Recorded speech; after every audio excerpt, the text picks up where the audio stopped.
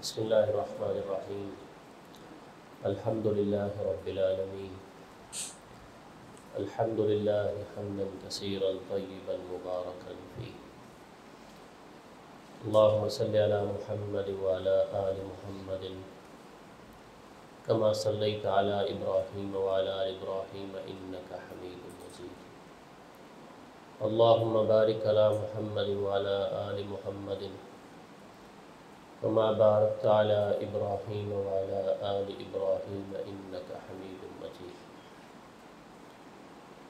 اللهم انفعنا بما علمتنا وعلمنا ما ينفعنا وزدنا علما رب اشرح لي صدري ويسر لي أمري واحلل عقدة من لساني يفقهوا قولي سبحانك لا علم لنا إلا ما علمتنا إنك أنت العليم الحكيم أما بعد فأعوذ بالله السميع العليم من الشيطان الرجيم من همزه ونفخه ونفسه وجعلنا منهم أئمة يهدون بأمرنا لما صبروا وكانوا بآياتنا يوقنون۔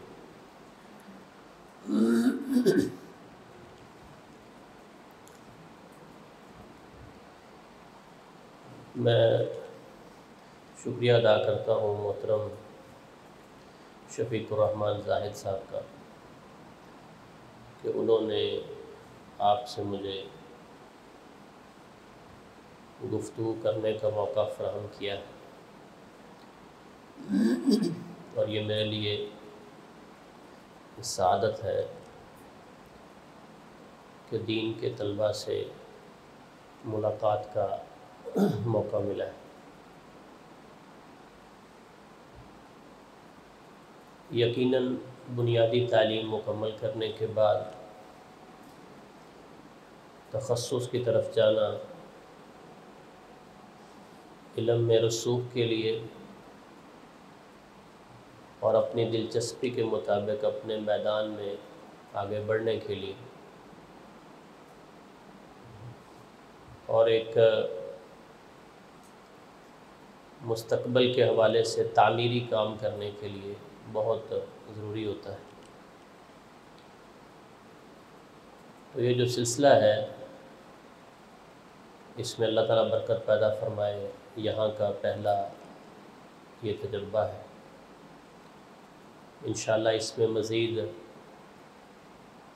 ہم امید کرتے ہیں کہ تخصصات شروع کیے جائیں گے، اور جیسے آپ کا مجھے پتہ چلا کئی اداروں سے انتخاب ہوا ہے، یہ ایک بہتر سے بہتر صورت انشاءاللہ سامنے آئے گی، اور جتنے میادین ہیں جن میں کام کرنے کی ضرورت ہے ان میں رجال کار انشاءاللہ اللہ تعالیٰ عطا فرمائے گا۔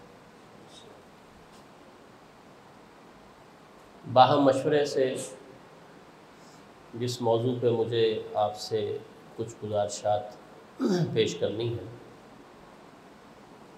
وہ مغربی فکر کا ایک عمومی تعارف ہے، اور پھر اس کے ہمارے معاشرے پر اثرات۔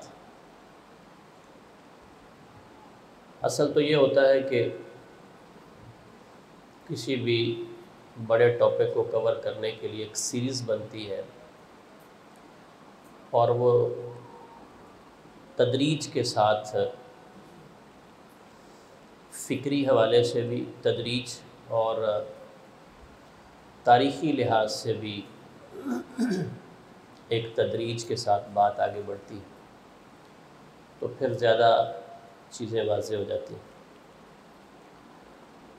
میں ایک نہ تاریخی لحاظ سے تدریج کو لے کے چل رہا ہوں کہ مغرب کی پہلی فکر تاریخی لحاظ سے کون سی تھی، پھر دوسری، پھر آگے، اور نہ ہی فکری لحاظ سے کوئی تدریج آپ کے سامنے رکھوں گا۔ ایک عمومی بعض افکار کا تعارف ہے، پھر جو آپ کے ساتھ مستقل اس ٹاپک پہ بات چل رہی ہے آپ اس کو مزید اس کے ساتھ جوڑ کے ریفائن کرتے رہیں گے انشاءاللہ۔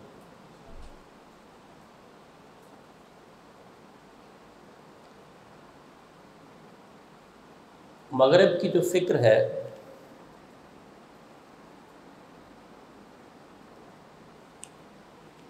سادہ سے لفظوں میں یہ ہے کہ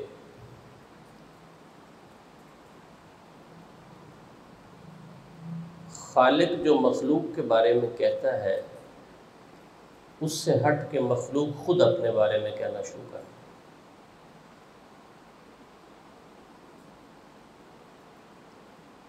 اللہ تعالیٰ نے انسان کو پیدا کیا اور جو اللہ تعالیٰ اس پہ کومنٹ کر رہے ہیں کہ میں نے اسے بنایا، کیسے بنایا، کیوں بنایا، ان کومنٹس کو لینے کی بجائے سیلف کے اوپر بیس کرتے ہوئے خود سوچ کر اپنے بارے میں فیصلے کرتے ہوئے اپنا لائحہ عمل بنانا، یہ ایک بنیاد نظر آتی ہے۔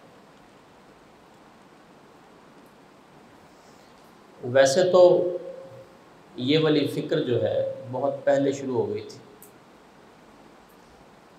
آپ سب جانتے ہیں کہ سجدہ کرنے کا حکم دیا گیا تو جو ابلیس تھا اس نے وحی کے مقابلے میں اپنی فکر کو پیش کیا۔ تو یہ جو خالق کے مقابلے میں مخلوق کی فکر ہے،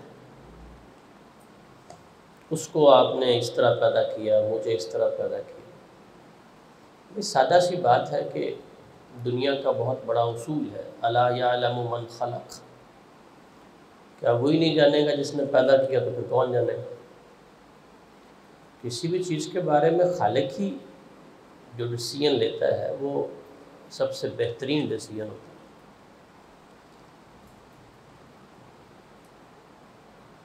یہی جو فکر ہے کہ وحی سے کٹ جایا جائے اور خود سوچا جائے۔ مغرب کے اندر ایک بہت بڑا جملہ چلتا ہے، I think therefore I am۔ I think THINK کے تھنک سوچنا، میں غور و فکر کرتا ہوں اس لیے میں ہوں، therefore I am۔ گویا میری ساری بنیادیں کس چیز کے اوپر ہیں؟ I think۔ What God thinks about me یہ ایک ڈفرینٹ میٹر ہے، اس کو دیکھیں گے۔ I think therefore I am۔ تو جو سیلف کے اوپر چلے جانا اور ریولیشن وحی سے ہٹ جانا اور کٹ جانا، یہی چیز جب اور آگے بڑھتی ہے تو انسان کو عقلیت پرستی کی طرف لے جاتی ہے۔ وہ پھر اپنے اندر غلطی نہیں سمجھتا، وہ کہتا ہے میں صحیح نہیں ہوں بلکہ بالکل صحیح ہوں۔ پرفیکٹ کا لفظ استعمال کریں، میری سوچ بھی پرفیکٹ ہے، میری ہر چیز پرفیکٹ ہے۔ اور ایک بڑی واضح سی بات کو وہ بھول جاتا ہے کہ انسانی ہر کوالٹی لمیٹڈ ہے۔ ہر ایک بندے کا مشاہدہ ہے، آپ میری بات سن رہے ہیں، ساتھ والے نہیں سن رہے، ادھر کمرے میں بیٹھے، میں آپ کو دیکھ رہا ہوں، دیوار کے آگے نہیں دیکھ رہا۔ میں دیواریں ہٹا دوں اور کھلے میدان میں چلا جاؤں تو زمین آسمان آپس میں گلے مل رہے ہوں گے، اس سے آگے بھی تو دنیا ہے۔ تو جب میرے مائنڈ کو جو انفارمیشن ملتی ہے میرے سننے سے، دیکھنے سے، میری اسمیل سے، میرے ٹیسٹ سے، میرے ٹچ کرنے سے، تو وہ جو میری سینسز میرے ذہن کو خوراک مہیا کرتی ہیں، جب وہ نالیاں لمیٹڈ ہیں تو وہ حوض وہ بھی لمیٹڈ ہوگا. یہ بندہ نہیں مانتا، وہ کہتا نہیں میں سارا کچھ جانتا ہوں، مجھے بڑا پتہ. یہ جب چیز مالی معاملات میں آتی ہے تو وہ قارون کہتا ہے انی اوتیت تو علی علم، میرا علم بڑا تھا، میں نے بڑا پیسہ اکٹھا کر اور میں نے کیا. تو اپنی اندر موجود صلاحیتوں کو خود پر ہی منطبق کر کے ان کو مکمل سمجھنا اور پھر اپنی رائے اور سوچ کو مکمل کر لینا، یہیں سے انسان اقلیت پرستی کی طرف چلا جاتا ہے. اقلیت پرستی جو ہے وہ دوسری ہر چیز کو ختم کر دیتی ہے. وہ کہتی ہے بس جو عقل کہتی ہے وہ ٹھیک ہے، اور ہر چیز کو لاجک کے اوپر پرکھنا، اس کو انسان اپنی عادت بناتا ہے. عقل پھر آگے اپنی کئی جہتیں رکھتی ہے، بعض دفعہ سلیم بھی ہوتی ہے، بعض دفعہ بگڑی ہوئی بھی ہوتی ہے، اور بعض دفعہ اس عقل کے فیصلوں کے اندر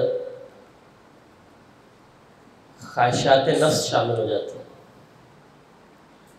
تو یہ فرق نہیں کیا جاتا کہ یہ عقل ہے یا خواہش ہے.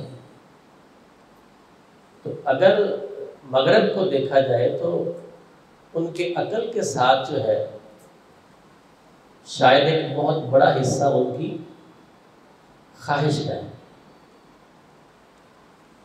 جسے قرآن مجید نے کہا ہے کہ اس نے اپنی خواہش کو اپنا معبود بنایا. تو یہ جب عقل اور خواہش کا ایک مجموعہ بنتا ہے تو یہ انسان کو وہی سے کاٹ کر بلندی کی طرف لے جانے کی بجائے تنزلی کی طرف لے جاتا ہے. اب جب انسان اپنے بارے میں سیلف پہ سوچنا شروع کرتا ہے،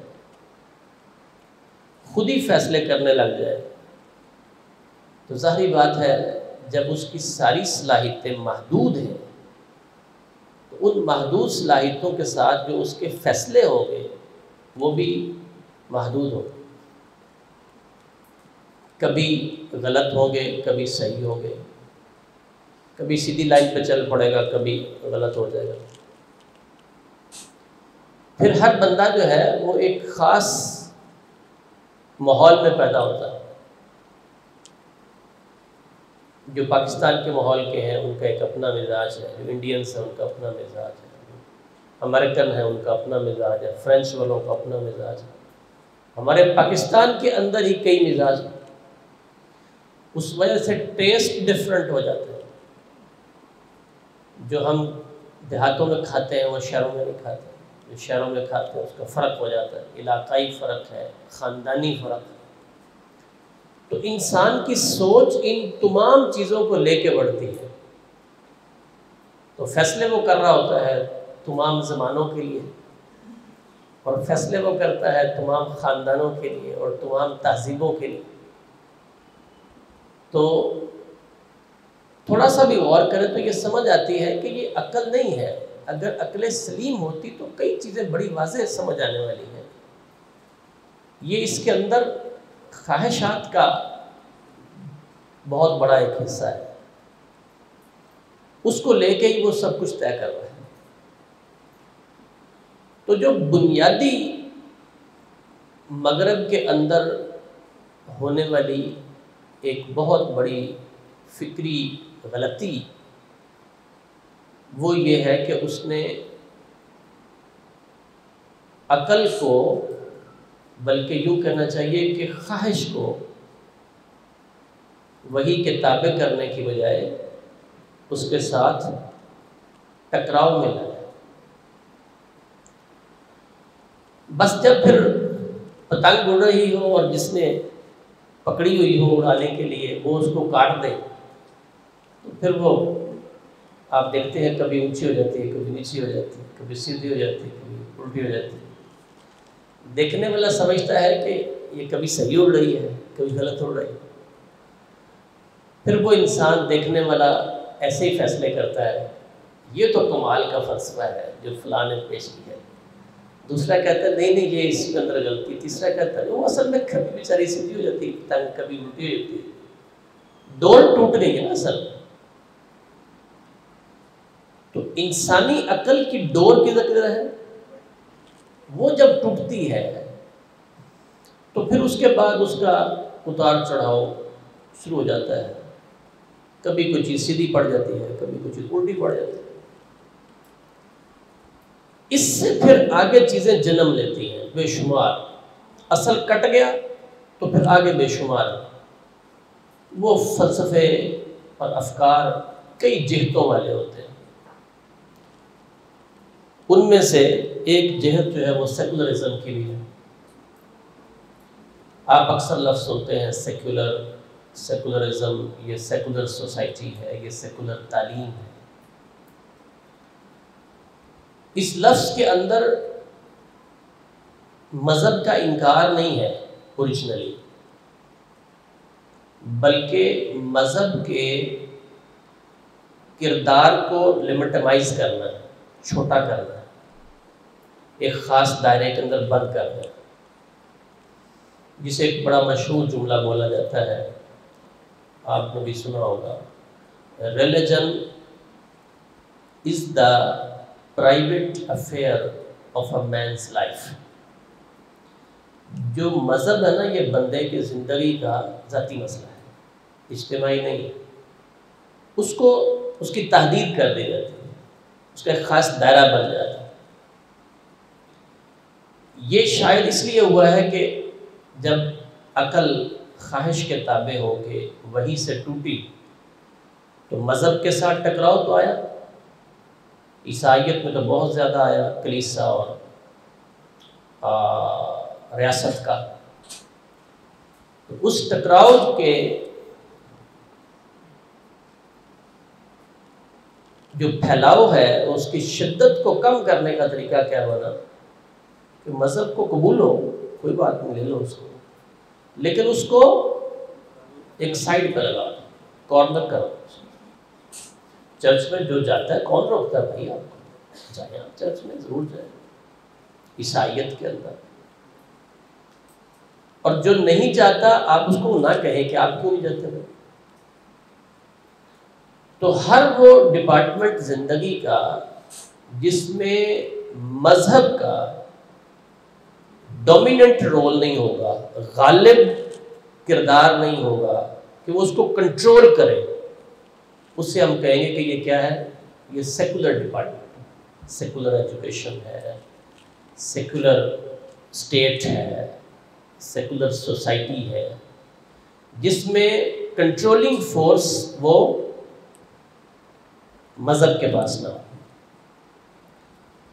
وہ خود اپنے ذہن سے لوگ فیصلہ کرتے ہیں۔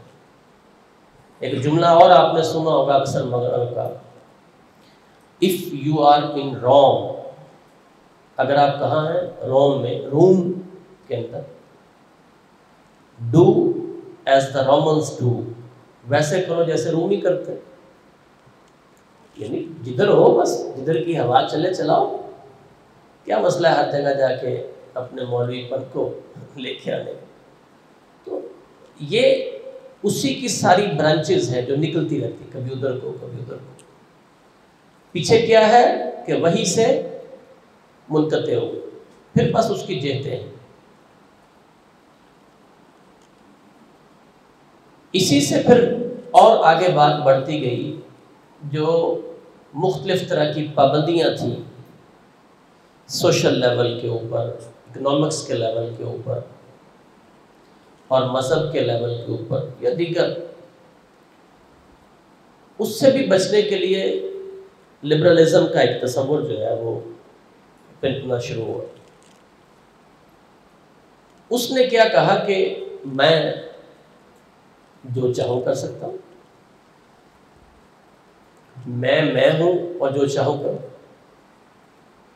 میرے اوپر کوئی پابندی نہیں ہے اور میرے اوپر کوئی کنٹرول کرنے والی فورس نہیں ہے، لہٰذا پھر لبرٹی آف سپیچ آئی، بولنے کی آزادی آ گئی، لبرٹی آف ایکشن آ گئی، جو میں چاہوں، سوچ کی آزادی آ گئی۔ پھر کئی ایک ایسے پارکس بن گئے برطانیہ میں دائیں بائیں کہ وہاں جا کے جو کوئی بولنا چاہے بولے، اس کو آزادی ہے۔ تو یہ ایک آزادی کا جن جو ہے نا وہ بوتل سے باہر آیا، اور اس کی پھر بے شمار آگے شکلیں ہیں، فکری آزادی، مذہب کے اوپر بولنے کی آزادی، مقدس شخصیات پر بات کرنے کی آزادی، بس پھر جدھر کو چلتا جائے۔ جب کٹ جو گیا بندہ وہی سے، تو پھر جدھر چلتا جائے۔ جب وہی سے کٹا اور اس کی سوچ چیزوں کو دیکھنے کی بدلی، اس کو آپ یوں سمجھ لیں کہ ایک ورلڈ ویو ہوتا ہے۔ میرا اس سے مطلب یہ ہے کہ دیکھنے کا انداز آپ کہہ لیں سادہ لفظوں میں کسی بھی چیز کو، تو جو ورلڈ ویو ہمارا ہے ایز اے مسلم، وہ تو ہم بعد میں آگے تھوڑی سی اس پہ بات کریں گے، کیونکہ میں 2-3 پوائنٹس پہ بات کرنا چاہتا ہوں، تھوڑا سا تعارف مغربی کچھ جہتوں کا اور اس کے اثرات، اور آخر میں تھوڑا سا اسلامی حوالے سے کچھ بات کرنی ہے۔ تو جو ورلڈ ویو مغرب کا ہے چیزوں کو، اس نے جو اینک لگائی ہے اور اس سے دیکھتا ہے، تو وہ بنیادی ظاہر ہے ہر بندہ 3 باتوں کو دیکھتا ہے: میں کون ہوں، کیوں ہوں، اور یہ کائنات کیا ہے۔ تو جو اس نظر سے دیکھتا ہے تو اس کی ظاہر نظر محدود ہے۔ اس محدود نظر کے اندر اگر پچھلے صدیوں سے لے کر اب تک کچھ اضافہ اگر آپ کر لیں، تو یہی آپ کہیں گے کہ ایک وقت میں زمین پہ بیٹھے ہوئے انسان دیکھتا تھا کہ سورج جو ہے وہ چکر لگاتا ہے، زمین چکر نہیں لگاتی، زمین ساکن ہے۔ تو پھر تھوڑا سا اس نے اوپر چھلانگیں لگائی تو دیکھا نیچے تو زمین بھی گھوم رہی ہے۔ اس نے کہا ہو یہ بھی گھوم رہی ہے، تو اس نے کہا نہیں، زمین ساکن نہیں ہے، یہ بھی حرکت میں ہے۔ تو سورج کے بارے میں سوچا کہ اب یہ کھڑا ہے سولر سسٹم، اور اس کے ارد گرد سارا کچھ گھوم رہا ہے۔ تھوڑا سا اور اوپر گیا تو کہا ہو نہیں، سولر سسٹم پورا ہی گھوم رہا ہے۔ تو ایک سسٹم نہیں ہے، تو کئی سولر سسٹم ہے، اور کئی گلیکسیز ہیں، اور کئی کلسٹرز ہیں، اور پتہ نہیں کیا کچھ۔ پھر یونیورس کے اندر کہ وہ تو بڑھتی چلی جا رہی ہے، کہیں نہ کہیں آگے کے آگے چلتی چلی جائے۔ تو وہ چونکہ ان آنکھوں سے دیکھتا ہے اور اس مائنڈ سے دیکھتا ہے، اور جو سب سے اوپر ذات بیٹھی ہے اس سے رہنمائی نہیں لیتا، تو لہذا جتنی اس کی آنکھ کھلتی چلی جاتی ہے اتنا وہ آگے بڑھتا چلا جاتا ہے۔ تو اس محدود سوچ کے ساتھ جب اس نے انسان کو، اس کائنات کو دیکھا، تو میٹیریلزم ایک فکر ہے، وہ خود بخود پیدا ہونا لازمی نتیجہ تھا، جسے ہم مادیت پرستی کہتے ہیں، کہ جو میٹر ہے میں اس کی پوجا کروں گا، یہی سب کچھ ہے۔ لہذا سپر نیچرل کیا ہے، ما فوق الفطرت، فرشتے اور دائیں اور آگے چیزیں، اور کس نے دیکھا۔ پھر یہ جملہ بڑا مشہور ہے کہ ایٹ ڈرنک اینڈ بی میری، کھاؤ پیو موج کرو۔ اس کا پنجابی ترجمہ ہمارے پاس بھی ہے، اے جان میٹھا اگلا، تو وہ یہ پھر چیزیں انوالو ہوتی چلی۔ مادیت پرستی نے انسان کی ساری کوششیں تمام طرح کی اخلاقیات سے ہٹا کے کدھر لگا دی؟ اس ورلڈ تک، جو نظر آتا ہے وہاں تک، پیدا ہونے کے بعد، موت سے پہلے، اور اس میں بھی روح کو بھی الگ کر دیا، اخلاقیات کو بھی الگ کر دیا۔ جو سامنے میٹر دکھ رہا ہے اس کے اوپر فوکس ہو، اسی کے لیے میں نے سارا کچھ کرنا، وہی میرا مقصد ہے، ادھر ہی میں نے جانا ہے۔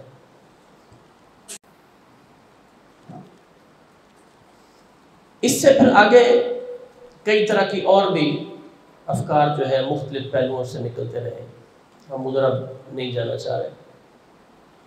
پھر ان افکار کو ایک مضبوط معاشرتی سطح پہ اپلائی کرنے کے لیے اور ان سے اپنی مرضی کے فائدے نکالنے کے لیے ادارے بنے۔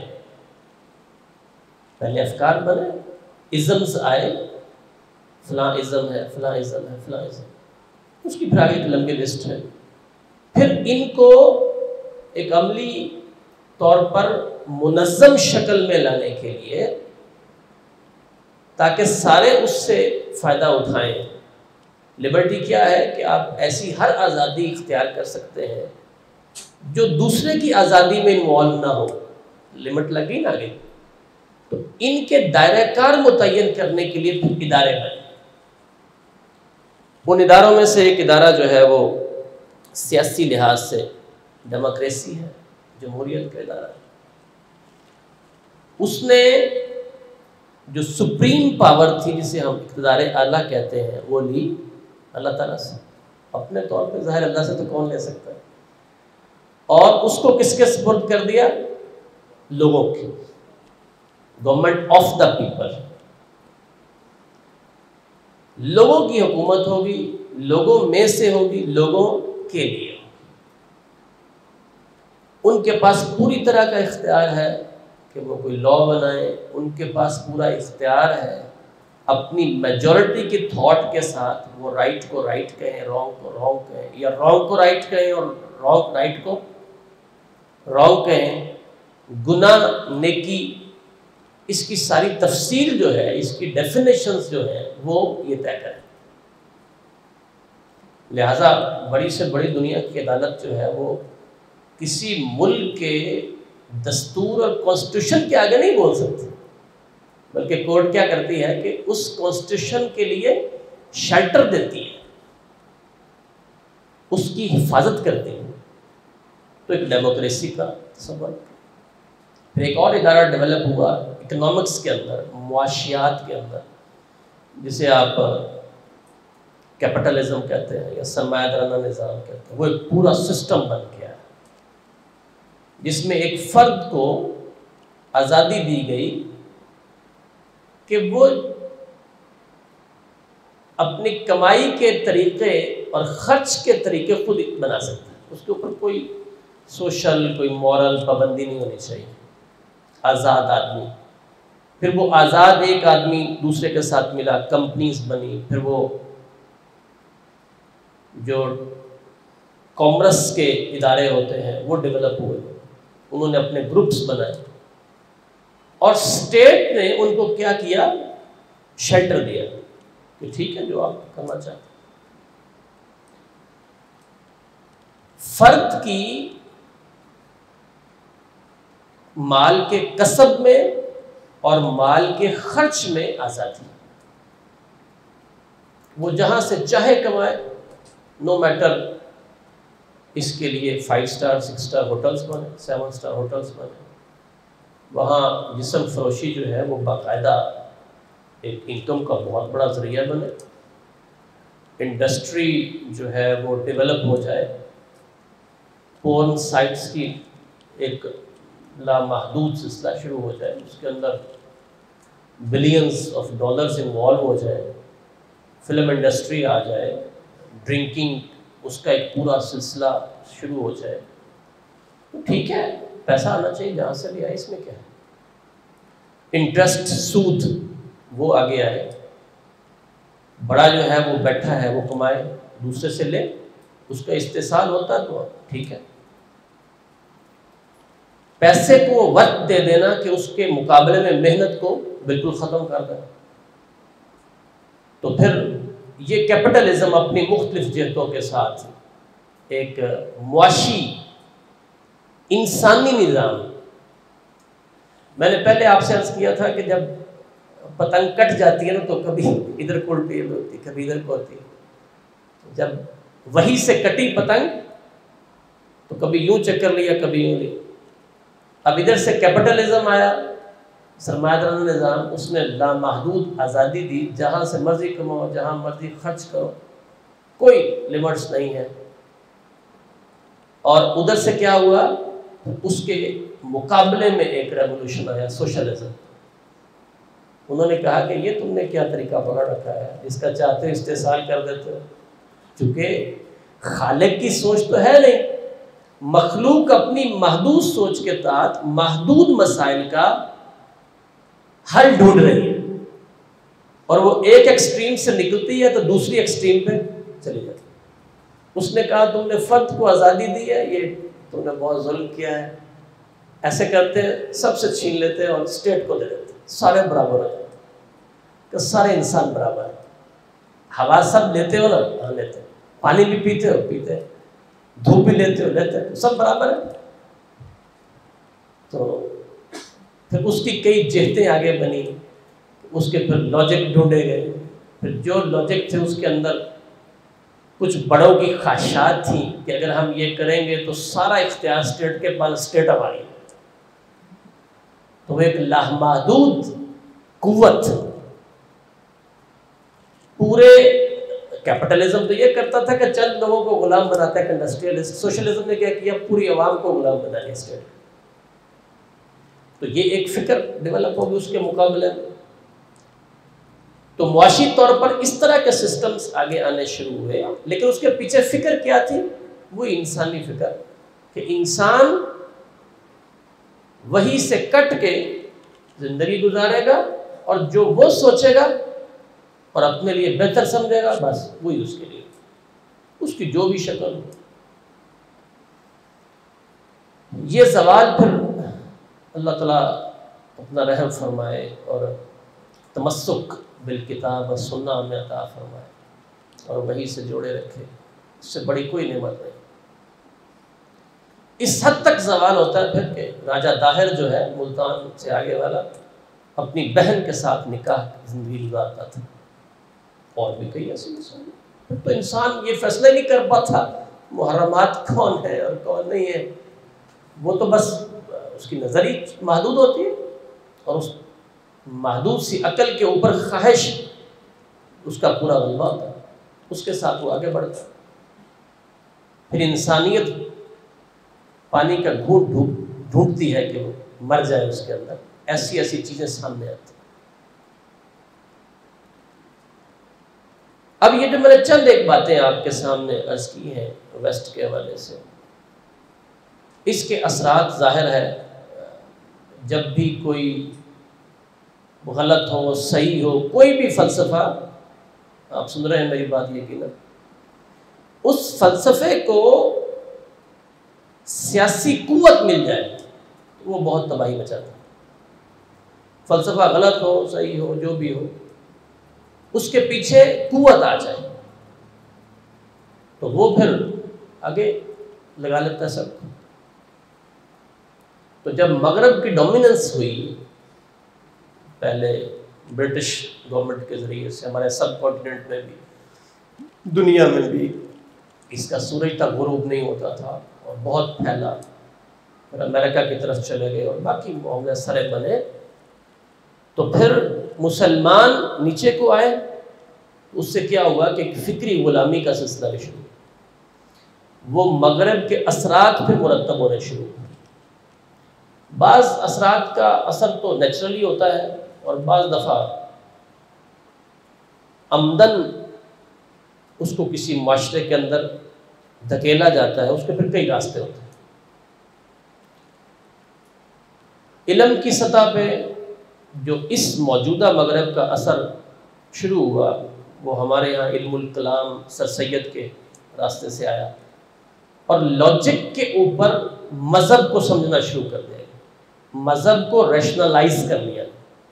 سر سید احمد خان آپ کو پتہ ہے، ان کی جو سیاسی اور دنیاوی علمی خدمات ہیں وہ اپنی جگہ پہ ہیں، ان کی جو علی گڑھ یونیورسٹی اور باقی سارے معاملات ہیں یقیناً، اور ان کی کتابیں پڑھ کے میری سوچ غلط ہو سکتی ہے، میرا مطالعہ بہت اس کا وسعت والا نہیں ہے، لیکن جتنا سا ہے، بندہ درد والا اور خلوص والا بھی لگتا ہے، بات بڑا جان مارتا ہے، کھپتا ہے۔ لیکن ادھر اتنا شدید دھوکہ کھایا مذہب کے معاملات میں کہ ہر چیز کو عقل پر لے اور ہر اس چیز کا انکاری ہو گیا جو عقل نہیں سمجھ پاتی. سائنسی جو ایجادات تھیں اس کو اتنا زیادہ بلندی کے اوپر کھڑا کیا کہ ہر چیز کو اس کے مطابق ڈھالنے کی کوشش کی. دو بنیادی اصطلاحات انہوں نے استعمال کی، ورڈز آف گاڈ اور works of God. Words of God کیا ہے؟ وہ کہتے ہیں کہ یہ اللہ تعالیٰ کا کلام ہے، اللہ کے الفاظ. ورکس آف گاڈ کیا ہے؟ فطرت، نیچر، جو اللہ نے کام کیا ہے، آسمان بنا ہے، زمین بنا ہے، یا جو چیز بن رہی ہے اس کے پیچھے جو لا چل رہا ہے، قانون چل رہا ہے، فطرت کا قانون. اب اس کی تشریح وہ یہ کرتے ہیں کہ ورڈز آف گاڈ جو ہے اور ورکس آف گاڈ، ان دونوں کے ایک دوسرے کے اگینسٹ میں نہیں ہونا چاہیے. اللہ کے ہی کام ہے اور اللہ کی ہی الفاظ ہیں، تو یہ مقابل میں کیسے آئے؟ اور یہ بھول گئے کہ جو ورکس آف گاڈ کو ہم سمجھ رہے ہیں، اللہ تعالیٰ کے کاموں کو کون سمجھ رہے ہیں؟ فطرت کے اصولوں کو کون بتا رہا ہے کہ یہ فطرت کا اصول ہے؟ وہ تو انسان بتا رہا ہے نا. انسان کو کیا پتا کہ وہ اللہ کی منشا کے مطابق بتا رہا ہے کہ نہیں بتا. اور انسان کی محدود سوچ نے جب فطرت کا ایک رول بنایا، اس نے کہا ہو یہ رول تو یہ ہے، تو قرآن میں تو کچھ اور ہے، تو دونوں کو برابر کریں. لہٰذا وہ کھینچ تان کے ان کو ایکول لیول پہ لانے کی کوشش میں جو تفسیر بالمحسوس تھی اس سے کہیں آگے نکلتے ہوئے جدید علم کلام کے ذریعے سے پتہ نہیں کہاں کا کہاں جو ہے وہ بات کو لے گئے. اس میں معجزات کا انکار ہے اور باقی چیز. آگے بڑھتے ہوئے اس چیز کو پرویز صاحب نے بھی لے لیا اور پھر انہوں نے بھی اس کے اوپر جو ہے وہ بہت زیادہ وہ ڈسکوریز سے متاثر ہوئے تھے. یہ سوشلزم کی تھاٹ سے بہت زیادہ متاثر ہو گئے اور ایک طرف سوشلزم کا ایز اے فلسفی انکار بھی کیا، لیکن اس کے ساری معاشی اصول لے لیے کہ کوئی بندہ اس قابل نہیں ہے کہ وہ اضافی مال اپنے پاس رکھ سکے اور ذاتی ملکیت لے لے، اس کے پاس یہ اختیار نہیں ہے. سارا کچھ کس کا ہے؟ اسٹیٹ کا ہے. اور اس سے پھر انہوں نے نظام ربوبیت کا ایک نیا تصور جو ہے وہ معاشرے کے آگے پیش کیا. تو علمی سطح پہ بھی اس کے اثرات مرتب ہوئے. اور صرف یہ ہم تو مذہب کی بات کر رہے ہیں کہ اس کے اندر جو اس طرح کی چینجز آئیں، باقی جو سائنٹیفک چیزیں ہیں وہ تو آپ کو پتہ ہے، کیمسٹری، بایو فزکس، میتھس. بظاہر کیمسٹری، بایو فزکس، میتھس نظر آتے ہیں، لیکن بالکل پہلا سبق جو دیتے ہیں وہ اسکیپٹسزم کا ہے، شک کا سبق. ہمارے ہاں پہلا سبق کس چیز کا ہے؟ ایمان کا. وہاں پہلا سبق کس چیز کا ہے؟ سائنسز کہتی پہلے کہو کہ نہیں ایسے، پھر بعد میں پروو کرو. پہلے ہر چیز کو کیا کرو؟ اس کو شک پہ لے جاؤ، اس کے بعد. اور جو ہم نے کچھ اسلامائز کیا، چلے جتنا ہوا الحمدللہ اس کا شکریہ ادا کرنا چاہیے کہ ہر کیمسٹری، بیولوجی، فزکس، اس کا جو پہلا چیپٹر کا بھی کچھ حصہ تھا، ہم نے اس میں کچھ آیتیں شامل کر دی کہ یہ اللہ تعالیٰ انسان کو بناتا ہے، یا چلیں الحمدللہ جیسے ہمارے دستور کے شروع میں ہے کہ یہ کتاب و سنت کے مطابق ہو، چلیں اس کا انکار تو نہیں. الحمدللہ جتنی تبدیلی آ جائے اچھا ہے، اس میں اور بہتری کی کوشش کرنی چاہیے. تو وہ جو پہلا چیپٹر ہے اس کا بھی ایک سب چیپٹر الگ کر کے، باقی پھر سارا کیمسٹری اسی پہ کھڑی ہوتی ہے کہ 2 and 2 4 ہوتے ہیں. تو جو فارمولا اس کو ثابت کرے گا وہی سب کچھ ہے، اسی کو پھر لے کے وہ آگے چلتے ہیں. سائنسز کے اندر یہ والے اثرات، باقی جو سوسائٹی کے اندر اس کے اثرات ہیں وہ آپ سب اچھی طرح سے جانتے ہیں کہ جو لبرلزم کے حوالے سے ہے یا میٹریلزم کے حوالے سے ہے. آپ کسی گلی محلے سے گزر جائیں، آپ کو بڑا واضح نظر آتا ہے کہ گھر ہوں یا گاڑیاں ہوں یا لباس ہو یا کچھ بھی ہو، ضرورت اور خواہش اس کے درمیان میں بہت بڑا خلا ہے، خواہش کے پیچھے بھاگا جا رہا ہے، اندھا دھند بھاگا جا رہا ہے۔ لوگ سال سال، 2 سال، 10 سال اس لیے اپنی نیندیں تک حرام کر دیتے ہیں کہ میں گاڑی کا نیا ماڈل چینج کرنا ہے۔ اس حد تک مادیت پرستی کی طرف رجحان جو ہے نا وہ ڈیولپ ہے۔ علمی سطح پہ آپ دیکھتے ہیں کہ معاشرے کے اندر جب بھی آپ کہیں گفتگو معاشرہ دین کے لوگ ہیں کرنے جائیں گے تو لوگوں کا ایک مطالبہ ہوتا ہے کہ ہمیں لاجیکل بات سمجھایا جائے۔ یہ مطالبہ پتہ کیا ہوتا ہے؟ ہمیں کیسے سمجھائے؟ لاجک سے بات سمجھائے۔ بھائی اس سے بڑی لاجک کیا ہو سکتی ہے کہ تمہیں خالق کیا؟ جب میں کہہ رہا ہوں کہ اللہ نے فرمایا، وہ کہتے ہیں یہ کیا آپ نے مولوی باتیں کر، اللہ نے فرمایا، رسول اللہ نے فرمایا، ہمیں سمجھاؤ نا لاجک۔ اس سے بڑی لاجک کیا ہے کہ پیدا کرنے والا بتا۔ میں آپ کو ونڈوز سافٹ ویئر سمجھا رہا ہوں، مائکروسافٹ ونڈوز ہے، ادھر لیکچر دے رہا ہوں، تو کہتے ہیں اس کو بل گیٹس نے بنایا تھا۔ کیا خیال ہے؟ تو میرا لیکچر چل رہا ہے اور آپ سن رہے ہو تو ادھر سے عبد الوکیل صاحب کہیں کہ سر ٹھہریے گا، بل گیٹس صاحب خود تشریف لے آئے، اور دروازہ کھلے اور بل گیٹس صاحب اندر آ جائے، تو کیا خیال ہے آپ کو مجھے وزن دیں گے؟ کیا کر رہے ہیں؟ سائڈ پہ تو آپ تشریف لائیں mister Bill and mister Gate, آپ آ جائیں۔ اب گیٹ کھل گیا، آپ کدھر چھوڑے؟ آپ نے کبھی غور نہیں کیا کہ صحابہ کرام بہت غور و فکر کر کے پتہ نہیں کیا کچھ بیچارے کرتے تھے، لیکن جب ان کو پتہ چل گیا کہ یہ کون ہے، رسول اللہ، تو وہ کسی فیلڈ کو نہیں سمجھتے تھے اور آ کے سوال کر دیتے تھے۔ یسألونک ماذا ينفقون، خالص اکنامکس کا سوال، اور کیا کس سے جا رہا ہے؟ پتہ بھی ہے انہوں نے اکنامکس نہیں پڑھی، ان کو تو لکھنا بھی آتا۔ وَيَسْأَلُونَكَ عَنِ الْمَحِيضِ، خالص میڈیکل کا سوال ہے، ہو رسول اللہ سے رہا، پتہ ہے خالق بتا رہا ہے تو آپ کو کیا مسئلہ؟ بھائی اس سے بڑی لاجک اور کیا ہو سکتی ہے؟ خالق بتا رہا ہے نا تو آپ کو کیا مسئلہ ہے؟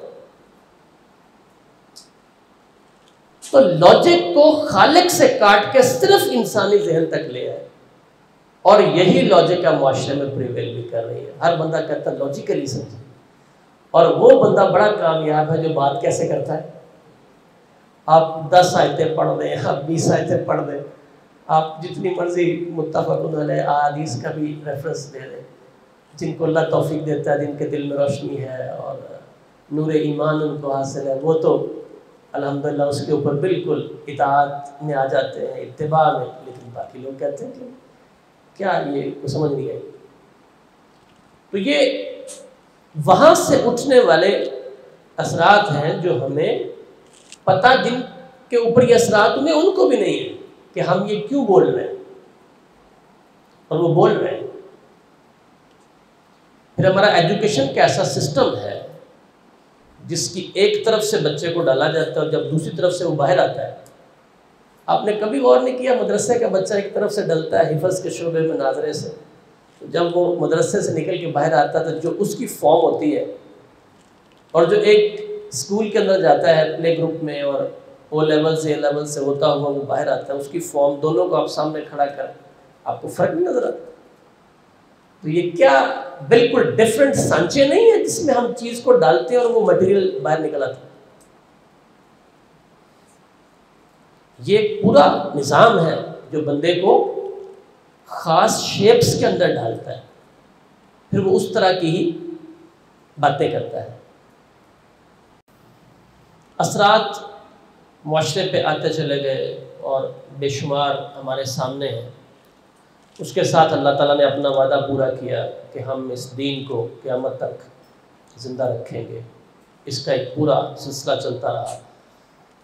اللہ تعالیٰ نے اگرچہ انبیاء کا سلسلہ اس کو روکا، لیکن انبیاء کے مراسا اللہ تعالیٰ ہم پہ اپنا فضل فرما دے اور آپ کو ان عظیم لوگوں میں شامل فرمائے۔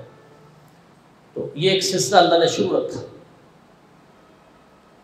تو انہوں نے اس چیز کو لے کے آگے کنٹینیو کیا جو وحی کا سلسلہ تھا۔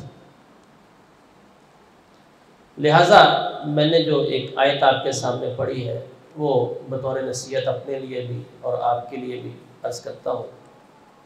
اعوذ باللہ من الشیطان الرجیم وجعلنا منہم ائمہ یہدون بامرنا لما صبروا وکانوا بآیاتنا یوقنون۔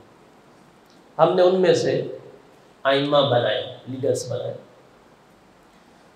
وہ ہمارے حکم سے لوگوں کو رہنمائی مہیا کرتے تھے، اور ہم نے ان کی سلیکشن کب کی؟ لما صبر، جب انہوں نے صبر کیا۔ اور صبر کے 3 معنی آپ جانتے ہیں، اطاعت پر صبر، نافرمانی نہ کرنے پر صبر، اور جو اس راستے میں مصیبت تکلیف آئے اس کے اوپر صبر۔ وَكَانُوا بِآيَاتِنَا يُوقِنُونَ، ان کا جو یقین تھا وہ کس پہ تھا؟ اپنی عقل پہ، فہم پہ، خواہش پہ، انسانوں کی عقل و شعور پہ، انسانوں کے بتانا بِآيَاتِنَا۔ اسٹڈی کر لیتے تھے، ساری چیزیں پڑھتے، لیکن یقین کس پہ تھا؟ بالیقین کسے پڑھتے تھے؟ وہ ہماری آیات کو پڑھتے تھے۔ بِآيَاتِنَا يُوقِنُونَ، یہ پہلے سے چلتا آ رہا ہے، قیامت تک یہی راستہ ہے، ان تمام فتنوں سے خود بچنے کا اور دوسروں کو بچانے کا۔ اپنے سامنے جو حق اور باطل کے لیے سٹینڈرڈ متعین کیا جائے نا، وہ بھی آیاتنا ہے۔ یؤمنون قرآن شروع یہاں سے ہوتا ہے، یؤمنون بالغیب، یہاں سے شروع۔ والعصر ان الانسان لفی خسر الا الذین،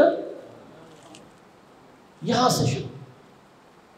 ایمانیات، ابن تیمیہ رحمہ اللہ تعالی، آپ نے معروف ان کا قول سن رکھا ہے کہ گمراہیاں 2 وجہ سے ہوتی ہیں، ایک شبہات اور ایک شہوات۔ تو شبہات کا علاج کیا ہے؟ وَكَانُوا بِآيَاتِنَا يُوقِنُونَ، شبہ سارا یہاں سے ختم ہوگا۔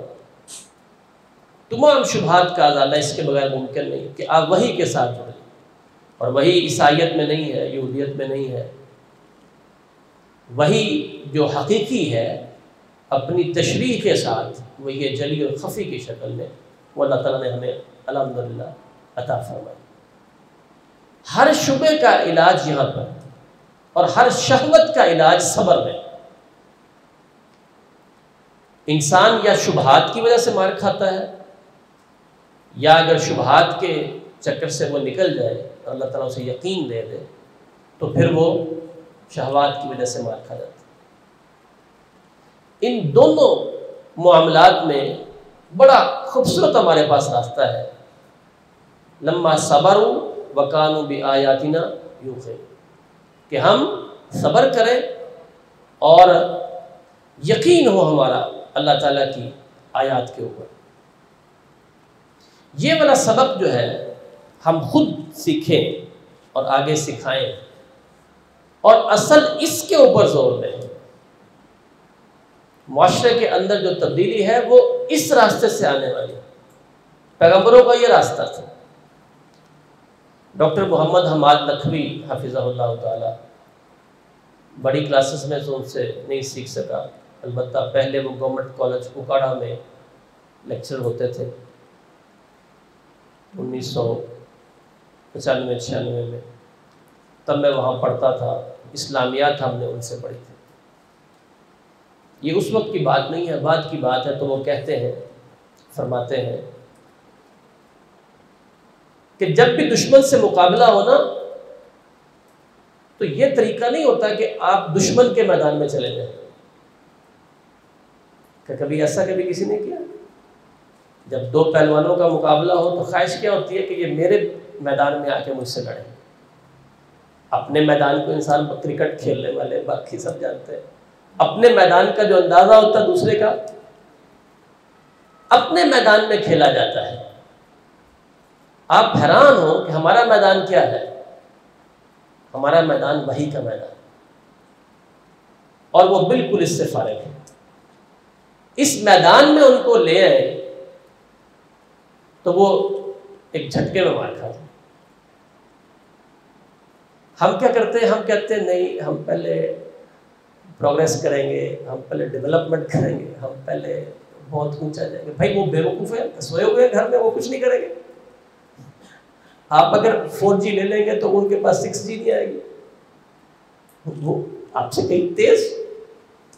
پھر ڈاکٹر صاحب اس کی مثال دیتے ہیں اور فرماتے ہیں کہ کیا موسیٰ علیہ السلام نے پہلے کوئی یہ پلان کیا تھا کہ 2 مہینے کا، 6 مہینے کا شارٹ کورس کر لیا جائے جادو کا، ان سے مقابلہ پڑ گیا میرا؟ تو نہیں، ایسا تو نہیں تھا، ان کے میدان میں تو نہیں گئے۔ انہوں نے ان کو کہاں لائے تھے؟ کرو جو تم نے کرنا کر لو، ہم تو اپنا عصا ایمان کا پھینکیں۔ ایمان جو ہے نا، اور یہ ایمان آنا کہاں سے ہے؟ دیکھیں اللہ نے ہمارے اوپر کمال مہربانیاں فرمائی ہیں۔ ابھی محترم شفیق الرحمان زاہد صاحب کے پاس میں اندر بیٹھا ہوا تھا، تو وہ فرما رہے تھے کہ ہم سبحان اللہ الحمدللہ اللہ اکبر پڑھتے ہیں لیکن اس کو پڑھتے نہیں۔ بات سمجھ آئی نا؟ قرآن ہمارے پاس ہے اور اس سے بہتر ایمان دینے والی چیز کوئی نہیں، لیکن ہم اس کو کسی اور سینس میں پڑھ رہے ہیں۔ ہمیں پتہ ہی نہیں چل رہا کہ سورہ یوسف کی آخری آیت کا کیا مطلب ہے، کہ غالب کس نے آنا ہے؟ اللہ کے حکم سے، اسی کو غلبہ ملنا ہے۔ واللہ غالب علی امرہ ولکن اکثر الناس لا یعلمون۔ غلبہ اس کا ہے، یہ بنیاد ہے۔ پھر ہمیں اسی چیز کی طرف پلٹنا تھا، لیکن ہماری ہسٹری کو بھی چینج کیا گیا۔ آپ ہسٹری کو دیکھیں تو آپ کو عجیب طرح سے نظر آئے گی۔ ہماری ہسٹری میں جو ہمیں سکھایا جاتا ہے، آپ حیران ہوں گے، ہمیں کہا جاتا ہے کہ ہماری جو عروج تھا وہ کہاں تھا؟ مغل بادشاہوں میں۔ ایسے ہی آپ بھی پڑھتے رہے، تاج محل بنایا، وہ بنا۔ ہمارا عروج کہاں تھا؟ اندلس میں تھا، اتنی زبردست مسجد بنی اور کمال ہو گئی، ہاں جی، اور وہاں قرطبہ اور فلاں اور فلاں، نہ جانے یہ ہم داستانیں۔ میں نے خود ایک دفعہ CSS کے پیپر دیے تھے، تو وہاں پہ جو ہسٹری کا سبجیکٹ تھا اس کے اندر ہم پورا ایک سبجیکٹ کلچر پہ تھا، اور وہ اندلس اور اس کے پورے اسپین کا جو علاقہ ہے اسے کلچر پڑھ کے حیران ہوتے تو اچھا ہمارے مسلم اتنے اونچے ہیں، کمال ہو گئی۔ اب یہ جو کانسیپٹ ہے بلندی کا، کیا واقعی یہ کانسیپٹ نہیں؟ ہماری بلندی تو رسول اللہ کے چھوٹے سے حجرے سے آئی، ادھر سے تھوڑی آئی۔ یہ تو زوال ہے۔ یہ جو آپ کا مغلوں نے اتنا بڑا قلعہ بنا دیا، تاج محل، مجھے نہیں اس چیز کا زیادہ پتہ، سننے میں آتا ہے وہ کسی کی محبت شہبت میں بنا تھا، تو یہ تو ہم گرنے والے تھے، یہ تو اس کی علامتیں ہیں۔ جب ادھر اسپین کے اندر سونے کے بیڈ بن گئے اور سونے کی چیزیں بن گئی، تو یہ ہمارے عروج کی علامت ہے۔ اچھا، ہمیں وہ دکھایا گیا کہ ہم سونے کے تخت بنائیں گے تو پھر ہم اس قابل ہو جائیں گے۔ نہیں بھائی، ہم تو، آپ کو کیا پورے مدینہ میں پیلس آف دا محمد نظر آتا ہے کہ اللہ کے رسول کا محل ہو، palace of Abu Bakr, palace of Umar, palace of Uthman? چلے عمر کے پاس پیسے نہیں ہو گئے، علی کے پاس پیسے نہیں، پیلس آف عثمان بھی ہے کہ نہیں؟ تو ہمارا تو جو عروج تھا وہ تو ایمانیات کے اندر تھا۔ حضرت عثمان کہہ رہے ہیں کہ اللہ کے رسول صلی اللہ علیہ وسلم خواب میں ملے ہیں، وہ کہتے ہیں کل ہم افطاری اکٹھی کریں گے۔ ہمارا تو ایمان کہیں اور ہے، ہم تو خوشی سے جان دیتے ہیں کہ افطاری کہیں اور کرنی ہے، ہمارا تو درجہ ہی اور ہے، کسی اور پورے پرسپیکٹو میں ہم آگے اپنا سفر جاری کرتے ہیں، اور وہ ایمانیات کا ہے۔ پھر ایمانیات کے ساتھ صبر ہے، صبر ایوب، صبر یعقوب، ہاں جی، صبر یوسف، اللہ اکبر کبیرہ، کس قدر لوگ پھسل جاتے ہیں۔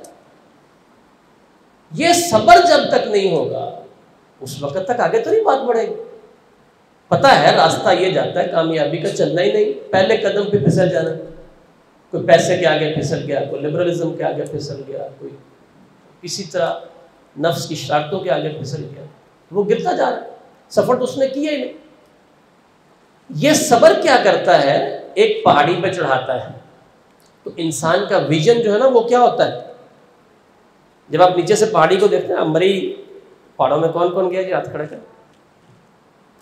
جب آپ اسلام آباد سے جانا شروع کر، بلکہ میں جب پہلی دفعہ گیا نا 9ویں میں پڑھتا تھا شاید، تو جو اسلام آباد سے پہلے آتے نا چھوٹے چھوٹے ٹیلے، وہ پہاڑ بھی نہیں ہیں، تو میں رک کے نا اس کو ایسے دیکھ رہا ہوں، اور گاڑی اوپر چڑھ رہی میں پیچھے دیکھ رہا ہوں، اچھا اتنا اونچا آ گیا. اچھا جب وہ اسلام آباد چلے گا تو وہ آگے جو مرگلا ہلز ہے فیصل مسجد کے پیچھے، ان کو دیکھو. اچھا پھر مری کی طرف جانا شروع کیا، تھوڑا سا اوپر چڑھے تو پچھلی پہاڑی ایسے لگے گی تو بیوقوفوں والا ہم نے کام کیا، وہاں اتنا وقت ضائع کرا ہے، آگے جانا چاہیے.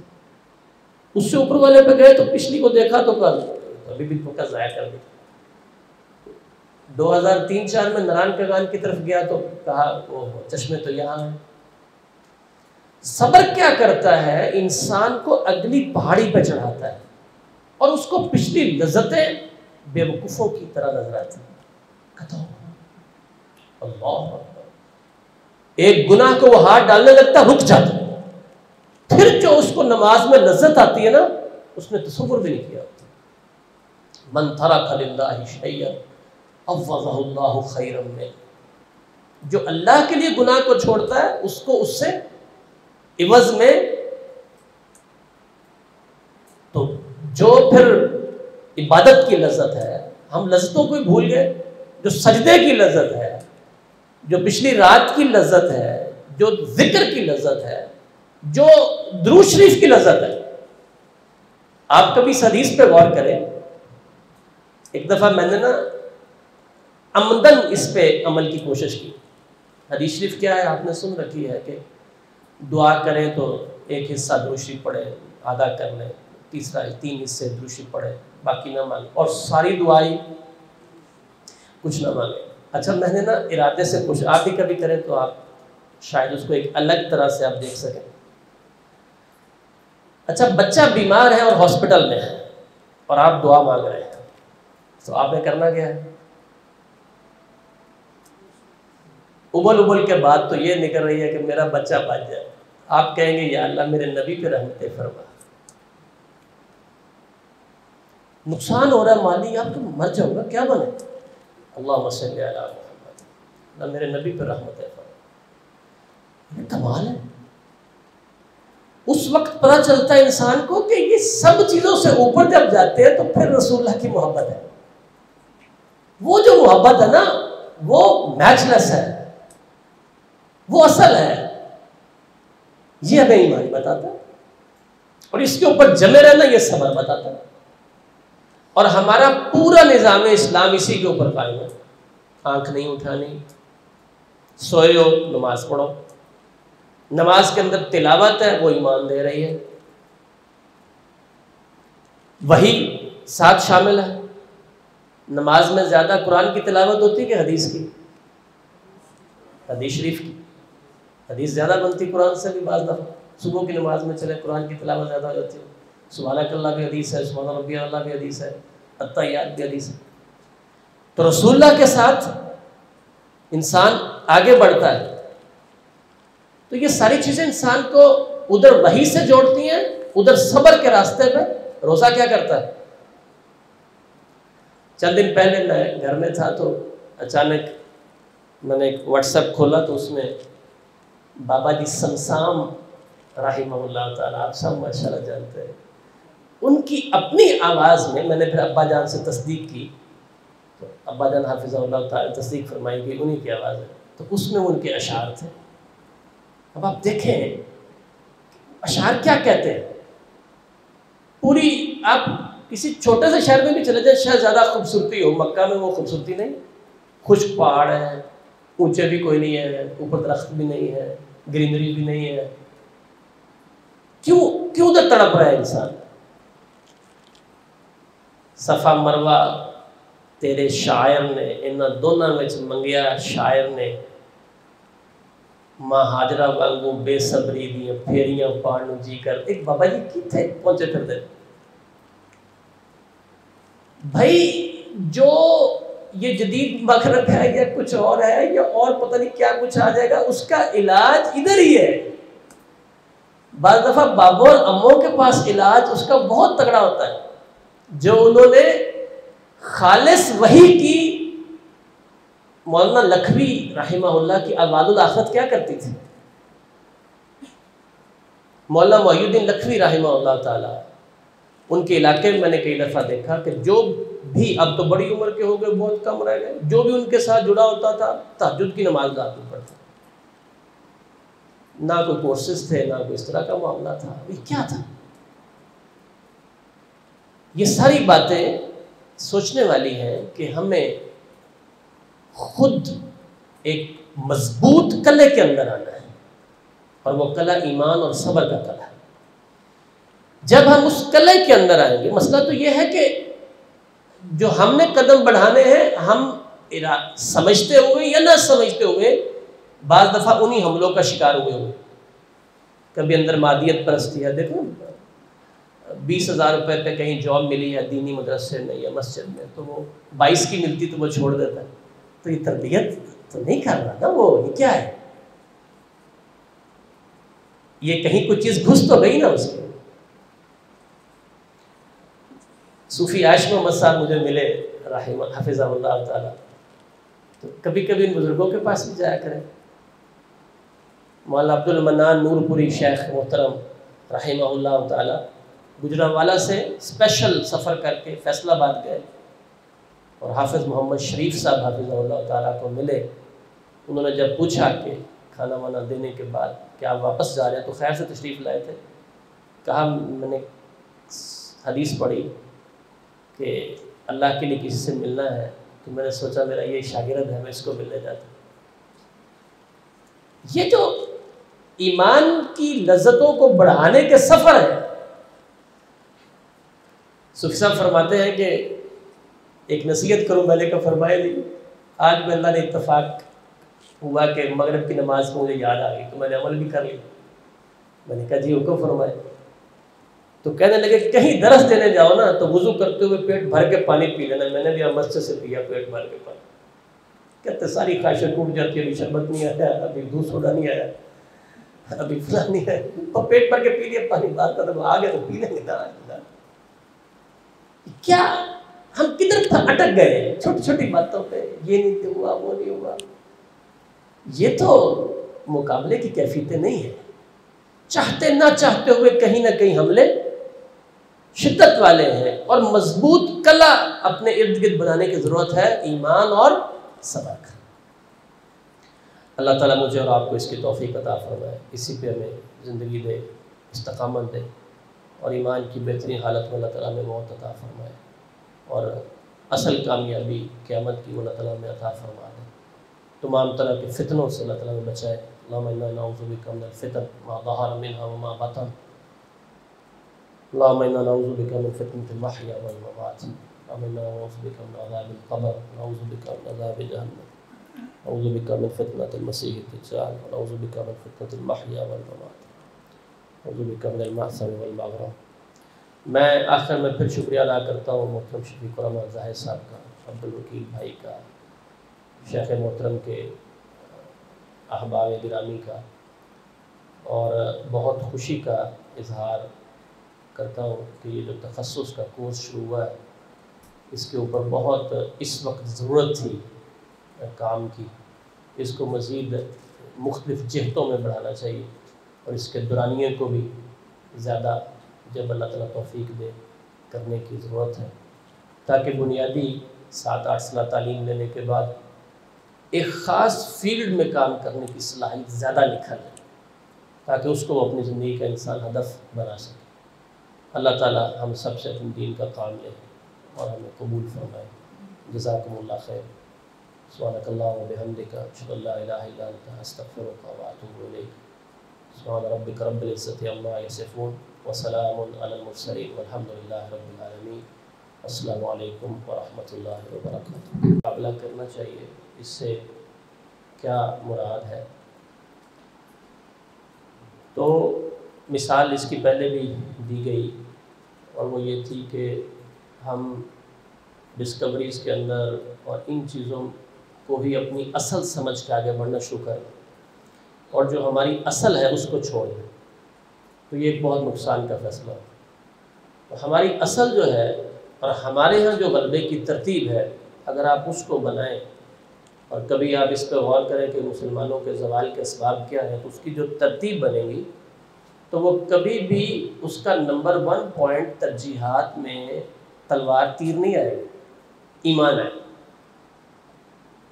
پھر اس کے بعد اگلی آگے پھر آگے پھر آگے، یہ بھی آگے جا کے آئے گا، انکار نہیں اس کا، لیکن ترتیب کو پلٹ دینا، ایمان ہو نہ ہو لیکن میرے پاس ٹاپ کلاس لیول کی چیزیں ہونی چاہیے، تو یہ ایک ایسی چیز ہوگی کہ ہم گویا ان کے میدان میں چلیں۔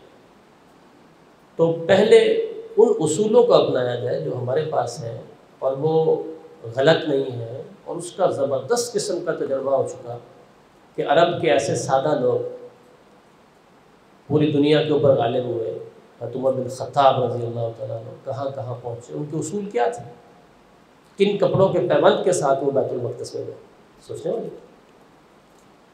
اپنے میدان کو خوب سجا کے اور اس کے اندر مہارت حاصل کر کے پریکٹیکلی پھر آپ جو چیزیں ساتھ ملے آگے بڑھیں، اللہ خیر کرے گا انشاءاللہ۔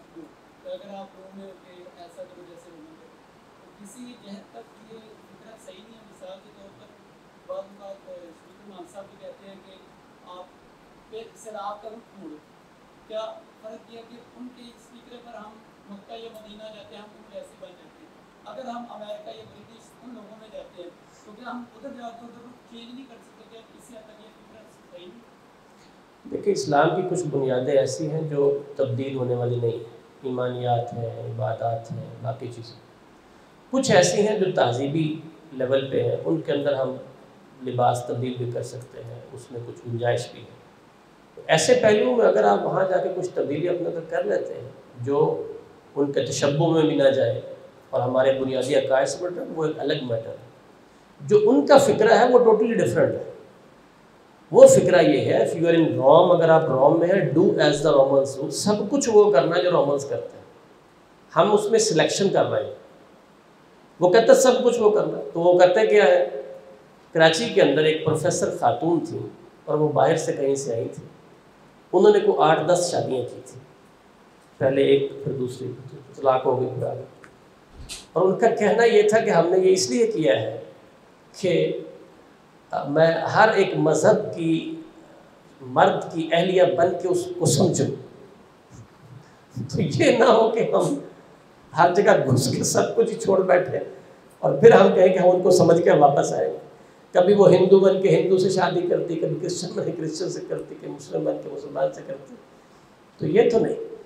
تو یقیناً آپ ایسے فروعات میں کہیں جہاں گنجائش کے پہلو ہوں، لینگویج مثلاً سیکھنی ہے تو آپ انگلش لینگویج سیکھ لیں، ان کی کچھ سائنٹیفک چیزیں دیکھنی ہے تو آپ دیکھیں، ان کی فکر کو سمجھنا تو سمجھیں، لیکن اپنا میدان پہلے مضبوط کر لیں پھر آگے چلے جائیں۔ جیسے کہ بین المذاہب مطالعہ کی شرائط علماء نے لکھی ہے کہ جب تک آپ کو اپنے دین کا پتہ نہ ہو اس وقت تک باقی ادیان کو نہ پڑھیں، ورنہ اثرات کے مرتب ہونے کا شدید خدشہ ہوتا ہے، انسان فکری طور پر بدل جاتا ہے۔